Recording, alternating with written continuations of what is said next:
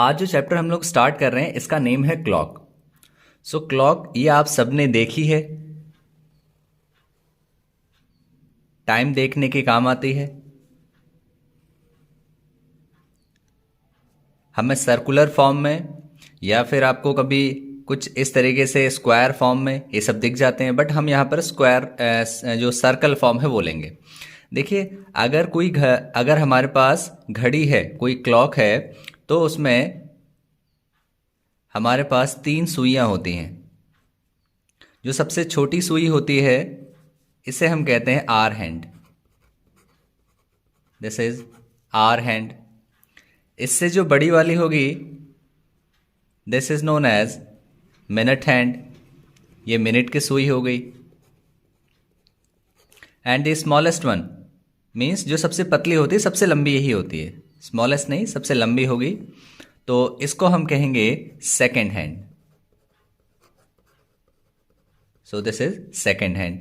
और यहां पर आप लोगों के जो टाइम है वो दिया होता है। यहां पर 12 होगा, 1 2 3 की पोजीशन ये होती है, 4 5 6 7 8, अच्छा बाहर की तरफ हो गया, कोई बात नहीं, 8 9 10 11।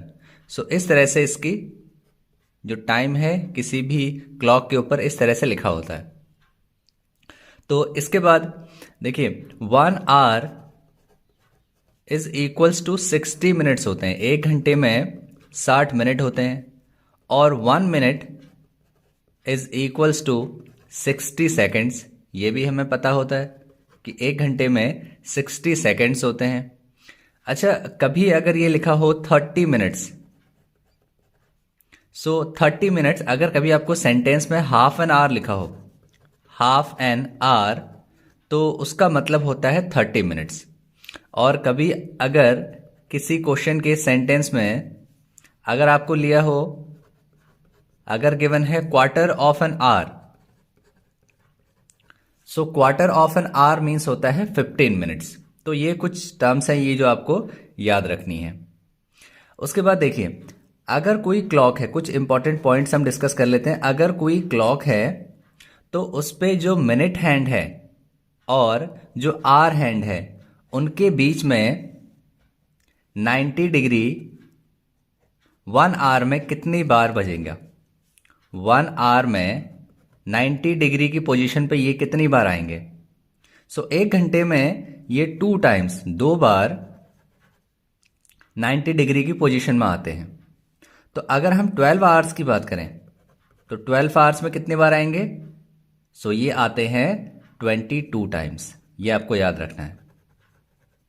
और इसी तरीके से अगर 1 डे की बात करें मीन्स 24 आवर्स, तो 1 डे में ये आते हैं आपके 44 टाइम्स।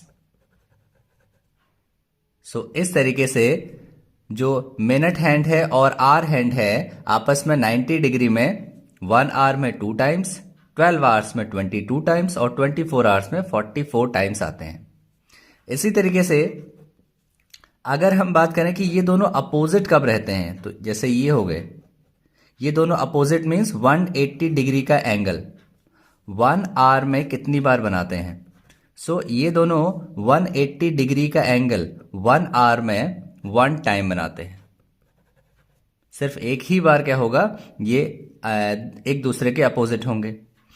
इसी तरीके से अगर हम 12 आवर्स की बात करें, 12 आवर्स में ये 11 टाइम्स एक दूसरे के अपोजिट रहते हैं।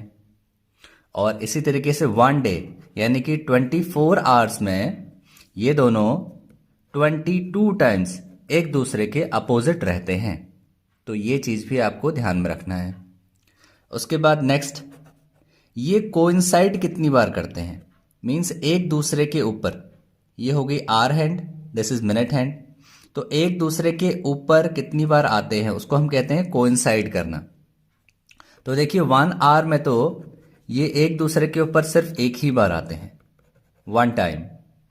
और इसी तरीके से 12 आवर्स की बात करें, 12 आवर्स में ये 11 टाइम्स एक दूसरे के ऊपर आते हैं, कोइंसाइड करते हैं। और 24 आवर्स में ये 22 टाइम्स को इंसाइड करते हैं, मीन्स एक दूसरे के ऊपर आते हैं।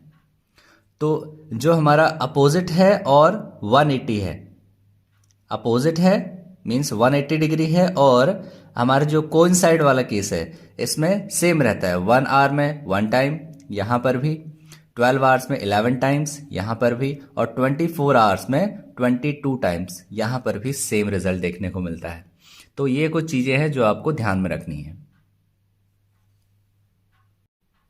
सो question number 1, Manoj left home for the bus 15 minutes earlier than the usual time. जितने बजे घर से निकलता था उससे 15 मिनट्स पहले निकल चुका है। It takes 10 minutes to reach the stop. 10 minute लगते हैं स्टॉप पर पहुंचने में। He reach the stop at 8:40। तो 8:40 में ये बस स्टॉप पर पहुंच गया, 8:40 AM पर, और इसको 10 मिनट्स लगते हैं। सो दैट मीन्स इसको 10 मिनट्स एक्स्ट्रा लगे, तो इसका मतलब 8:30 पे घर पे होगा। What time does he usually leave home for the bus stop? But ये आज क्या था, 15 मिनट्स पहले निकल चुका था। 15 मिनट्स तो इसमें ऐड कर लेंगे, क्योंकि 15 मिनट्स पहले निकल चुका था, तो हम क्या करेंगे, इनको ऐड कर लेते हैं। ये 5, 3 + 1 4। सो दैट मीन्स यूजुअली ये 8:45 पर घर से निकलता है। So 8:45 option C is correct. Next question number 2, Aseem leaves his house at 20 minutes to 7 in the morning. तो असीम 7 बजने से 20 मिनट पहले अपने घर से निकल गया। सो 7 बजने से 20 मिनट पहले का मतलब है ये 6:40 पर अपने घर से निकल गया होगा, 6:40 AM पर। Reaching Kaushal's house in 25 minutes, और इसको कौशल के घर पहुंचने में 25 मिनट्स लग गए।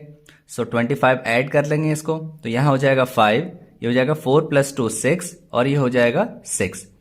देखिए 6:60 का मतलब होता है 7 बज गए हैं। 6:60 का मीन्स होता है 7, तो यहां पर ये 7 हो गया और 7:05 मिनट्स हो गए हैं। और इसके बाद उन्होंने अपना ब्रेकफास्ट किया। They finished their breakfast in another 15 minutes. तो फिर से इनको 15 मिनट्स लग गए अपना ब्रेकफास्ट फिनिश करने में। सो ये हो गया यहाँ पर 7:20। सो 7:20 AM हो चुके हैं। And leave for their office which takes another 35 minutes. तो ऑफिस के लिए निकल जाते हैं और इनको 35 मिनट्स और लग जाता है। At what time do they leave Kaushal's house to reach their office. तो अपने ऑफिस में पहुंचने के लिए वो कितने बजे घर से निकले होंगे। तो ये तो टाइम लगा है ऑफिस तक पहुंचने के लिए उनके घर से, बट ऑफिस के लिए वो अपने घर से निकल गए थे 7:20 पर। सो 7:20 AM option D is correct. चलिए नेक्स्ट बात करते हैं कैलेंडर की। देखिए कैलेंडर चैप्टर्स के जितने भी क्वेश्चंस हैं उनको करने से पहले कुछ चीजें हमें पता होनी चाहिए। तो सबसे पहले अगर हम वीक की बात करें, सो 1 वीक में 7 डेज होते हैं, और 1 वीक में होते हैं 7 डेज। और अगर हम डेज को स्टार्ट करें काउंटिंग करना, सो स्टार्ट करते हैं मंडे से। Monday, Tuesday, Wednesday, Thursday, Friday, Saturday and Sunday. तो क्वेश्चन को सॉल्व करने के लिए हम जो फर्स्ट डे लेंगे वो लेंगे मंडे, और जो लास्ट डे होगा दैट इज संडे। अब देखिए यहां पर 1 वीक में 7 डेज हैं। सो 1 मंथ में कितने डेज होंगे? 1 मंथ में 28 डेज भी होते हैं, कभी कभी 29 भी होते हैं। एक मंथ ऐसा है जिसमें 28 और 29 होते हैं, वो मंथ होता है फेब का। 29 कब होते हैं ये अभी हम डिस्कस करेंगे। और कुछ मंथ्स ऐसे होते हैं जो 30 के होते हैं, कुछ मंथ्स ऐसे होते हैं जो 31 के होते हैं। सो 30 और 31 में कौन कौन से मंथ्स आएंगे? तो देखिए 30 में आएगा जून, सितंबर, अप्रैल, नवंबर, ये हो गए 30 के। और जितने भी बच गए मीन्स जनवरी, फेब तो ये आ गया आपका, मार्च, अप्रैल इसमें चला गया, मई, देन जून इसमें चला गया, जुलाई, देन अगस्त, देन सितंबर यहाँ चला गया, अगस्त, सितंबर, अक्टूबर, देन नवंबर यहाँ आ गया, और ये हो गया दिसंबर। सो इसको लर्न करने की ट्रिक्स आप लोगों ने वैसे पता होगा, आप लोगों को फिंगर्स पे आप लोग रख के कर सकते हैं इसको। यहाँ से आप जैन, फेब, मार्च, अप्रैल, मई, जून, जुलाई, तो जो उठे हुए हैं जितने भी, ये आपके 31 के हो जाएंगे, और जो ये डाउनवर्ड जा रहा है, जो अंदर की तरफ जा रहा है, ये आपके 30 डेज के हो जाते हैं। तो ये आपको ट्रिक्स वैसे पहले पता होगी, तो इस तरीके से आप लोग याद रख सकते हैं। ओके, नेक्स्ट बात करते हैं। देखिए यहां पर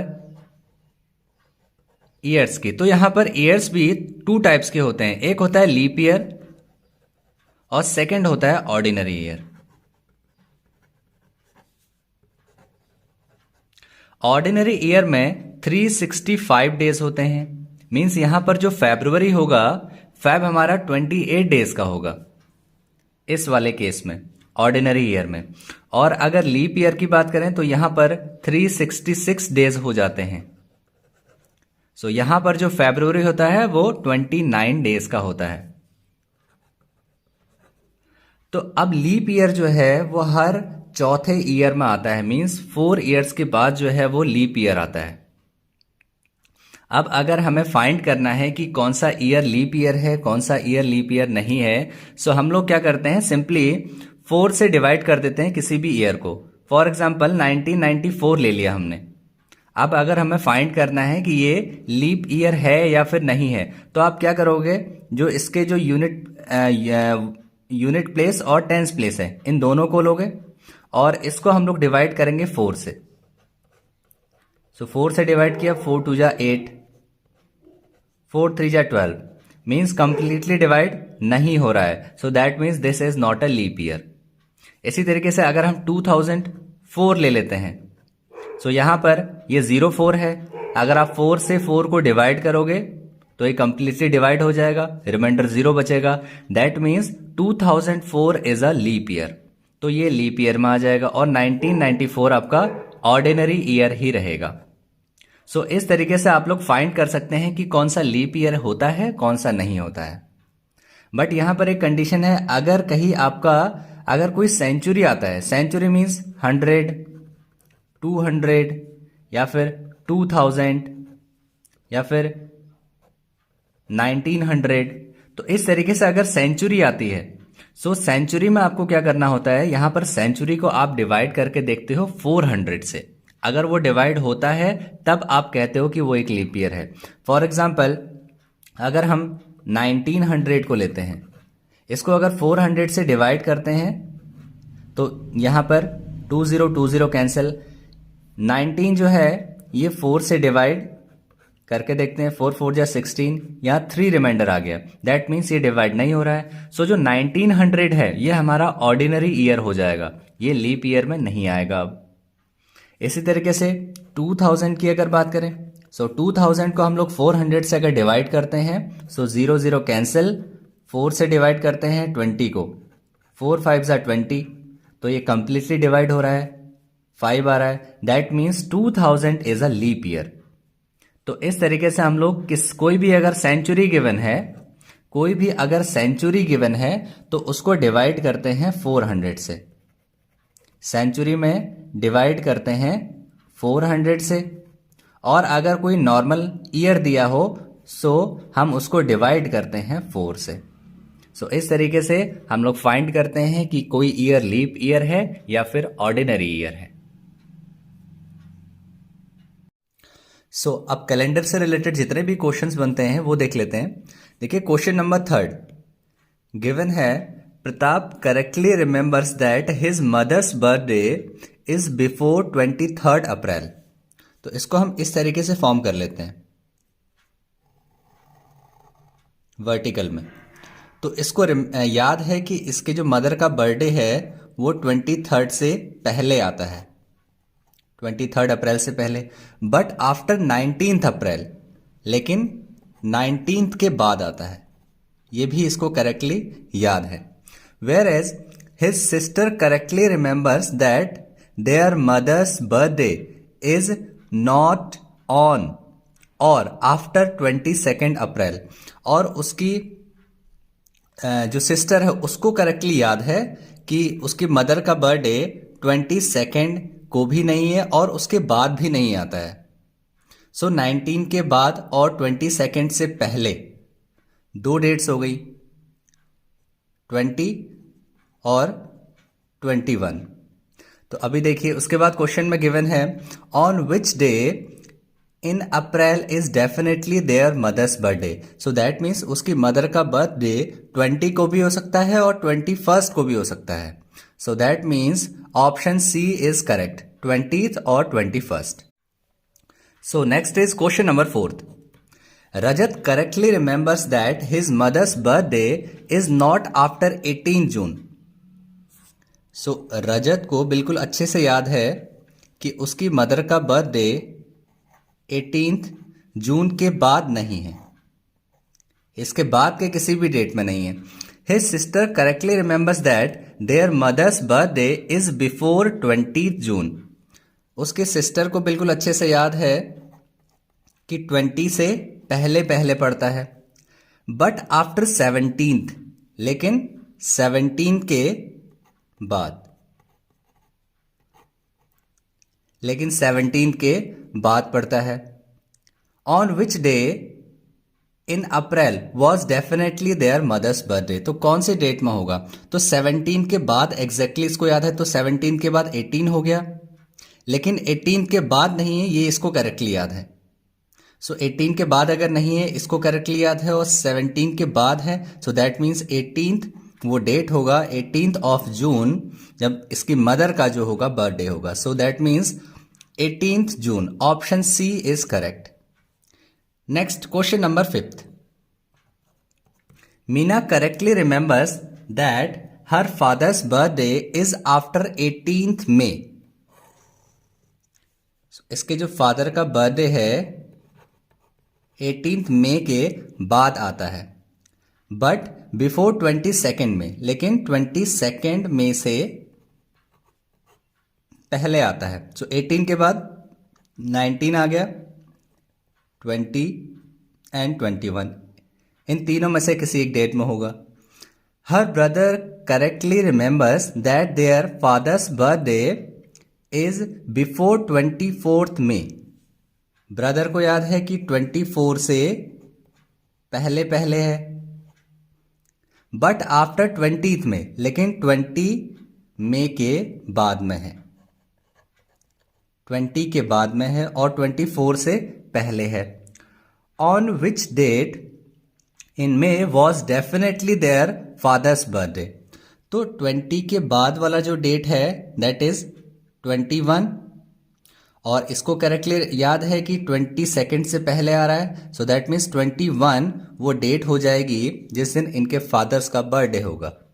इनके फादर का बर्थडे 21st। सो यहां पर कोई भी ऑप्शन नहीं गिवन है, so that means option D is correct, none of these. Next is question number 6th। Today is Monday, after 61 days it will be. तो 61 डेज के बाद क्या होगा? तो यहां पर हम लोग क्या करते हैं, जो 61 डेज है उसको 7 से डिवाइड करते हैं। 7 से डिवाइड करने पर जो भी रिमाइंडर आएगा हम उसके अकॉर्डिंग ही बता पाएंगे कि नेक्स्ट जो डे होगा वो कौन सा होगा आफ्टर 61 डेज। तो इसको डिवाइड करते हैं, 8 7 जा 56, सो 5 यहां पर बच जाएगा। अगर यहां पर 0 रिमाइंडर आता सो दैट मीन्स वो डे मंडे होता, तो मंडे के बाद 5 हम और आगे काउंट करेंगे। So Monday, Tuesday, Wednesday, Thursday, Friday, Saturday. So that means जो नेक्स्ट डे होगा that will be a Saturday. After 61 days the day will be Saturday, so option B is correct. 7th, if today is Thursday then what will be the day on 363rd day? So 363 को हम लोग यहां पर divide करते हैं 7 से. So 7 1 जा 7. So 6 आ गया. अगर यहां पर 0 होता तो ये डे थर्सडे ही होता. सो थर्सडे में हमें 6 और ऐड करना है. So Thursday, Friday, Saturday, Sunday, Monday, Tuesday, Wednesday. So that means the day will be Wednesday. So 363rd जो डे होगा that will be Wednesday. So none of these, यहां पर कोई भी ऑप्शन नहीं गिवन है. So D option is correct. Next is question number 8. Satish reads a book on Sunday. Sudha reads that book one day prior to Anil, but 4 days after Satish. On which day Anil read the book? तो देखिए Satish book को read करता है Sunday को. Sudha reads that book one day prior to Anil. लेकिन सुधा जो है वो अनिल से एक दिन पहले उस बुक को रीड करती है. बट 4 days आफ्टर सतीश, लेकिन सुधा जो है वो 4 days 1 2 3 और 4 days. सो सुधा यहां आ जाएगी. सो दैट मीन्स अनिल यहां पे होगा.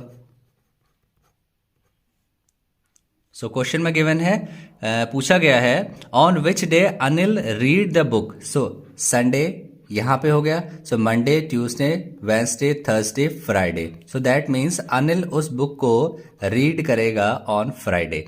सो option A is correct. Next is question number 9. 2 days before yesterday was Friday.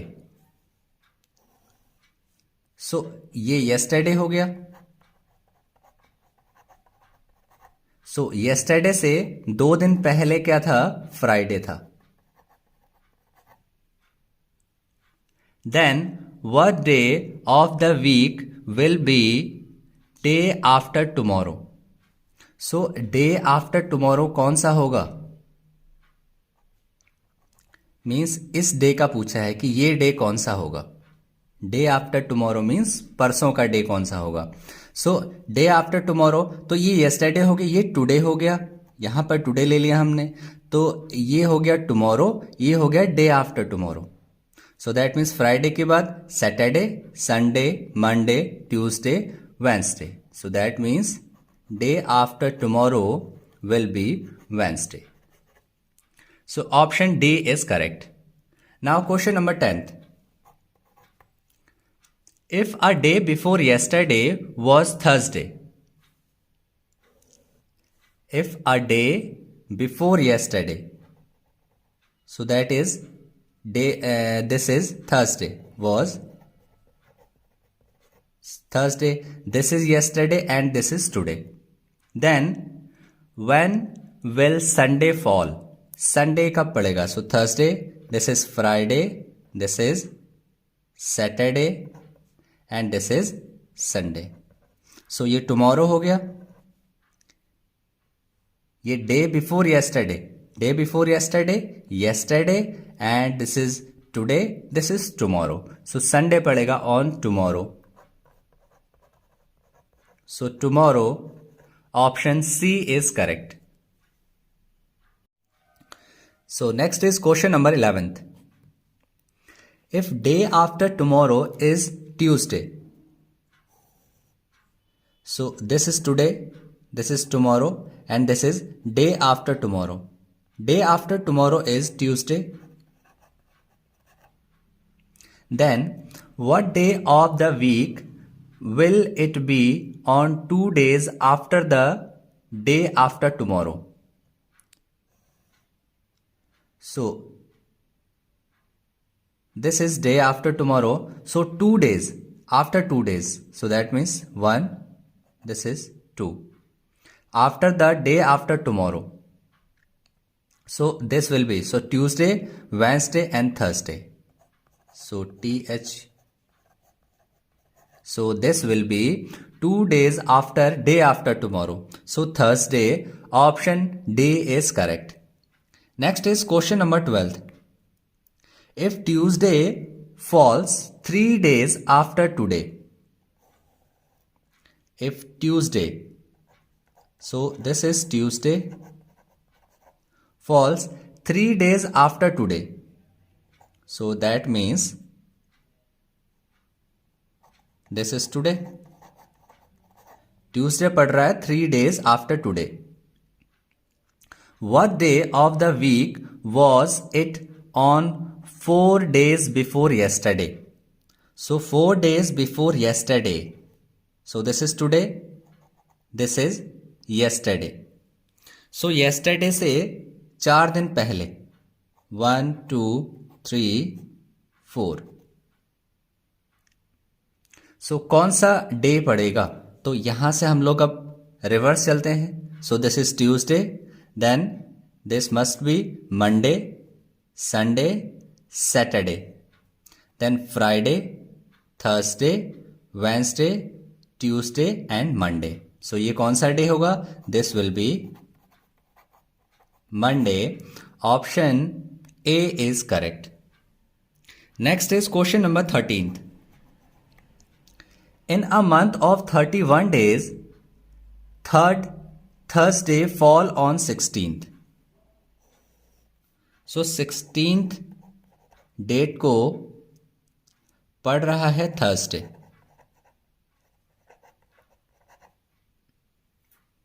वो भी third Thursday. What will be the last day of the month? तो लास्ट डे कौन सा होगा मंथ का? सो यहां पर देखिए लास्ट डे मंथ का होगा और 31 डेज का है. सो 31 माइनस 16 करेंगे पहले. So it will B 15. So that means इसके आगे 15 डेज और आ रहे हैं. सो 15 डेज और आ रहे हैं, दैट मीन्स 7 से डिवाइड करना पड़ेगा 15 को. 7 2 14. सो 1 यहां पर रिमाइंडर बच गया. 0 बचता तो वो थर्सडे होता.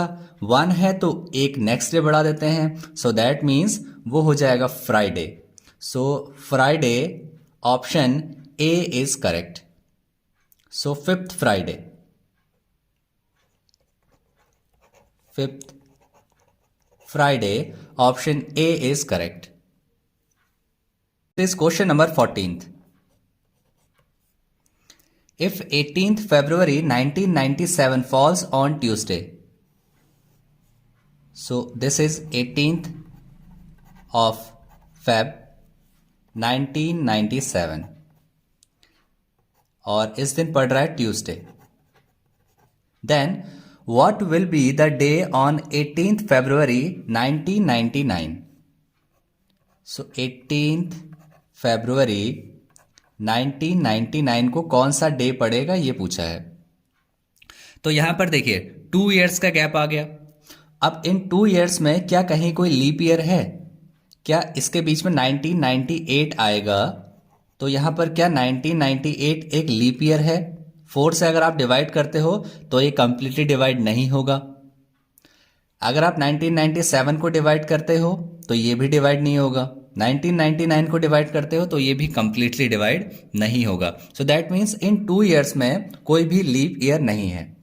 अगर लीप ईयर नहीं है सो यहां पर 365 डेज हो जाएंगे 1 ईयर में.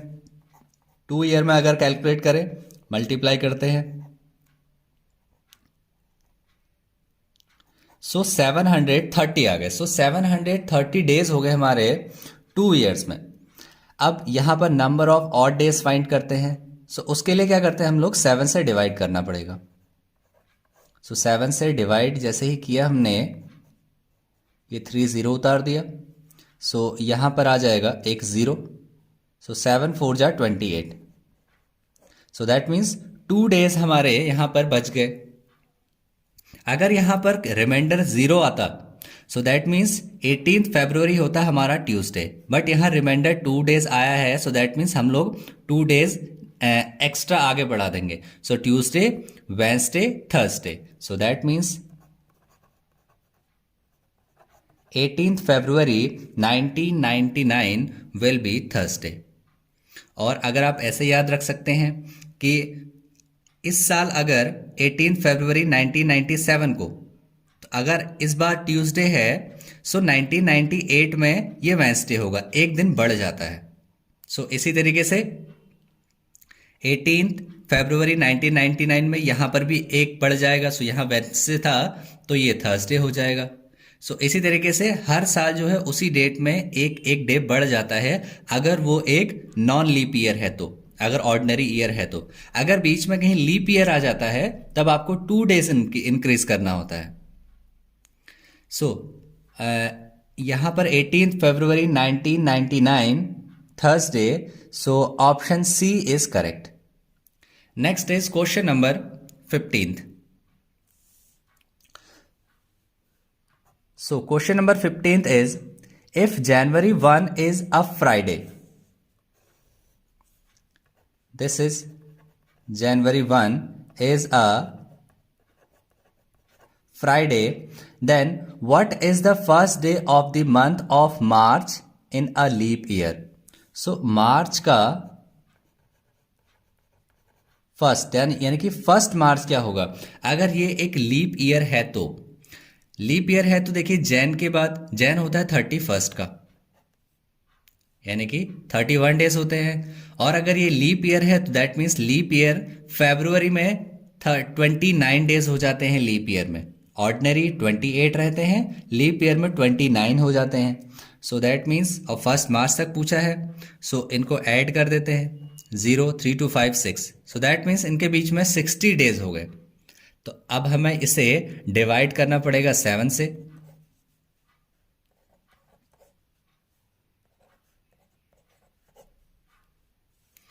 सो ये हो गया 4। सो दैट मीन्स 4 हमारे पास ऑड डेज आ गए हैं। तो यहां पर अगर हमें चेक करना है कि कौन सा डे होगा, सो फ्राइडे के बाद हम लोग 4 डेज और ऐड कर देते हैं इसमें। So Friday, Saturday, Sunday, Monday, Tuesday. So first March आ जाएगा ट्यूसडे का। So Tuesday, option A is correct.